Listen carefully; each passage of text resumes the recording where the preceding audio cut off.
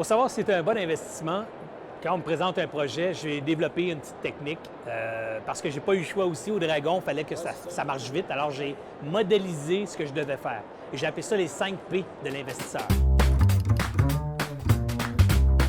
La première affaire, le premier P, c'est les personnes. En anglais, people. OK? Avec qui je vais m'associer. Parce que si je suis pour partir en affaires, je vais m'associer avec des gens avec qui j'ai envie de travailler. Parce que ça va être une relation long terme. Tu pars pas de business, puis un an après, c'est fini. Si tu pars de business, c'est 5, 6, 7 ans.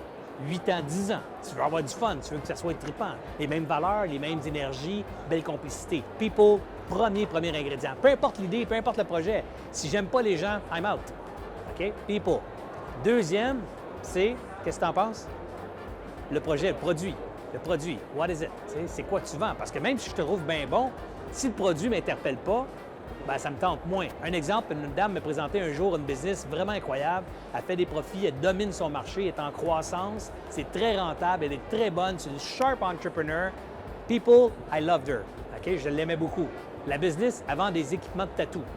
Donc, elle vend de l'encre, elle vend des piercing things, puis tu sais, là, c'est pas moi. T'sais. Moi, je me vois pas dans cette business-là.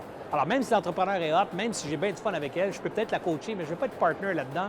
Je me vois pas au salon du tatou à Montréal pour vendre des tatous. C'est pas moi. Ça. Alors, il faut que le produit soit intéressant.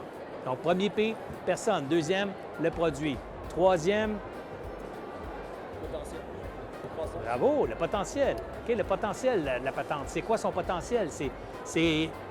Est-ce que c'est un projet qui va avoir une envergure locale, qui va générer, mettons, 1 million de chiffre d'affaires ou qui va, mettons, générer 3 millions de valeur dans 10 ans?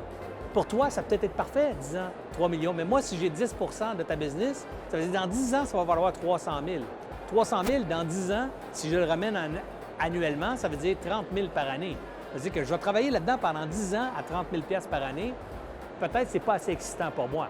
OK? Fait qu'il faut qu'il y ait un potentiel, il faut qu'il y ait que le projet recèle un potentiel suffisant où j'ai envie de m'investir dedans. Temps et argent, talent, contact, réseau, tout le kit.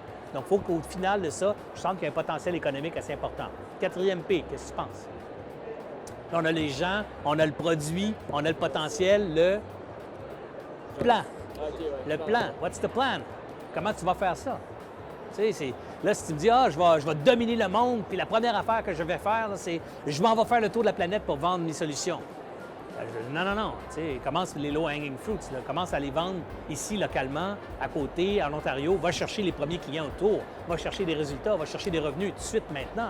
Va pas faire le tour de la planète en levant du capital, faire le voyage avec des lunettes fumées, faire le fashion boy. Là. C'est pas ça. Moi, je veux pas bâtir un lifestyle business. Je veux bâtir une vraie business. Je veux que dans 4, 5, 6, 7 ans, tu domines quelque chose. Tu domines le Québec, tu domines la Rive-Sud, tu domines Sherbrooke, tu domines le Canada, l'Amérique, le monde, quelque chose. Il faut que tu aspires à devenir le meilleur dans quelque chose et ça, il faut que ce soit significatif. All right? Donc, c'est quoi le plan? How are you going to get there? Ça, c'est bien important. Mon quatrième P. Cinquième P, c'est quoi tu penses?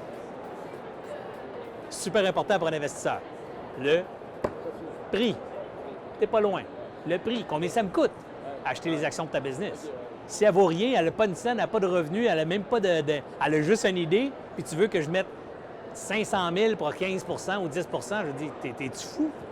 T'sais, moi, ça peut être l'idée incroyable, là, tant qu'elle n'est pas réalisée, ça ne vaut rien. Quand est-ce que Facebook valait de l'argent? Quand que Zuckerberg était à l'université et il a eu l'idée de Facebook? Quand est-ce que ça commence à valoir de l'argent? Exact. Quand il a mis ça online, puis après 24 heures, c'était ding, ding, ding, ding, ding, ding, ding. Il y avait un paquet d'abonnés qui n'arrêtaient pas sans arrêt. Il a dit, oh my God, on a quelque chose. Là, il est allé parler à quelqu'un. Hey man, check, qu'est-ce qui se passe? Ça te tente-tu d'investir? On pourrait doubler, tripler, faire ça dans d'autres universités. On pourrait ramasser tous les étudiants, tous les connecter ensemble. Puis après, on pourrait leur vendre des T-shirts. Puis, tu comprends? Ça commence à avoir de l'argent quand il commence à avoir de l'activité, pas quand tu as une idée. OK? Donc, quand ça marche, il faut que tu cherches, si tu as besoin de partenaires et de l'argent, il faut que tu vendes le potentiel. C'est là qu'un investisseur va rentrer, il va dire, all right, je suis intéressé par ton potentiel, mais combien ça me coûte?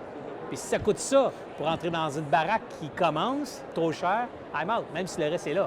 Donc, le dernier point, c'est le prix. Donc, les 5 affaires, personne, produit, potentiel, plan, prix. Les 5 P de tout investisseur qui a du succès.